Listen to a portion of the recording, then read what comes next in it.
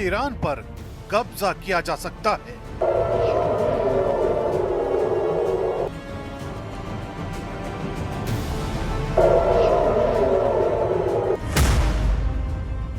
क्या ईरान की सत्ता को पूरी तरह कुचला जा सकता है?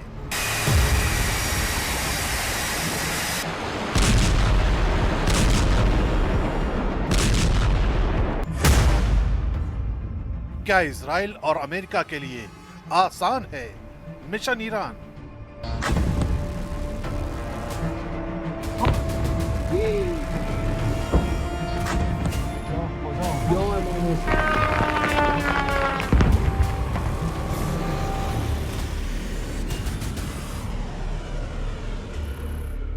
ये सवाल उस वक्त उठ रहे हैं जब तेल अवीव से तेहरान तक जमीन और आसमान में कोहराम मचा हुआ है। ईरान के भीषण पलटवार से घायल इजराइल और अमेरिका अब किसी भी हद तक जाने को तैयार है। मीडिया में ट्रंप लगातार यही कह रहे हैं कि अमेरिका ईरान से जंग जीत चुका है, सिर्फ औपचारिकता बाकी है। लेकिन जो तस्वीरें और खबरें निकल कर बाहर आ रही हैं, वो यही बताती हैं कि पश्चिम एशिया के इस वॉर जोन में जो कुछ दिखाई दे रहा है, कहानी असल में उससे कहीं अलग है। यही वजह है कि इन कहानियों के बीच एक सवाल और उठ रहा है कि क्या अगर अमेरिका और इजराइल ईरान पर कब्जे का प्लान बना रहे हैं, तो क्या ये संभव है? चलिए समझते हैं। ईरान की सबसे बड़ी ताकत उसका भूगोल और आकार है। करीब 16 लाख वर्ग किलोमीटर में फैला ये देश इराक से लगभग 4 गुना बड़ा है। यहाँ का बड़ा हिस्सा पहाड़ों, रेगिस्तानों और संकरी घाटियों से घिरा हुआ है। जग्रोस और अल्बोर्ट्स जैसी पर्वत श्रृंखलाएं किसी भी सेना की ग्राउंड मूवमेंट को बेहद मुश्किल बना देती हैं। ऐसे इलाके में टैंकों और भारी सैन्य काफिलों की रफ्तार धीमी पड़ जाती है और सप्लाई लाइन बनाए रखना बेहद कठिन हो जाता है।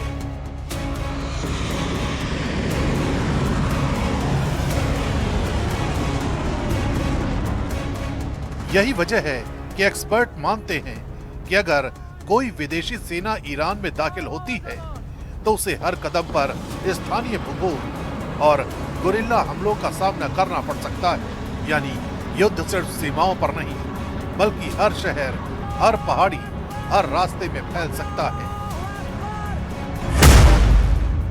ईरान का दूसरा बड़ा बैकअप है उसकी सैन्य ताकत और मिसाइल नेटवर्क। रिपोर्ट्स के मुताबिक ईरान के पास 6 लाख से ज्यादा एक्टिव सैनिक हैं, जबकि लाखों रिजर्व फोर्स और बसेस मिलिशिया जरूरत पड़ने पर तुरंत मैदान में उतर सकते हैं। इसके अलावा ईरान के पास हजारों बैलिस्टिक और क्रूज मिसाइलें हैं, जिनमें खुर्रम शहर और फतेह सीरीज जैसे हथियार शामिल हैं। इन मिसाइलों की खासियत यह है कि इनके कई लॉन्चर मोबाइल हैं और इन्हें ट्रकों से कहीं भी ले जाकर दागा जा सकता है।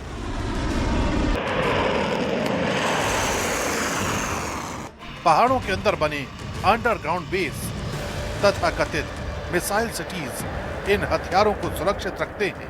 यही कारण है कि किसी भी बाहरी हमले के बाद भी ईरान जवाबी हमला करने की क्षमता बनाए रख सकता है।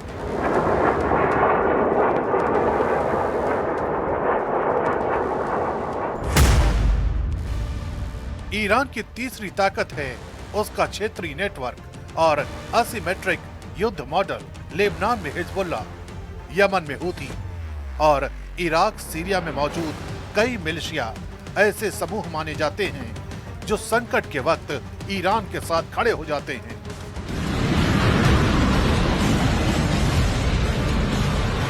और यही पैटर्न मौजूदा वक्त में भी देखा जा रहा है। यानी ईरान पर सीरियल स्ट्राइक करके उसे घायल जरूर किया जा सकता है, लेकिन ईरान में घुसकर उसकी जमीन पर कब्जा करना किसी भी सेना के लिए बेहद लंबा, महंगा और खतरनाक मिशन साबित हो सकता है।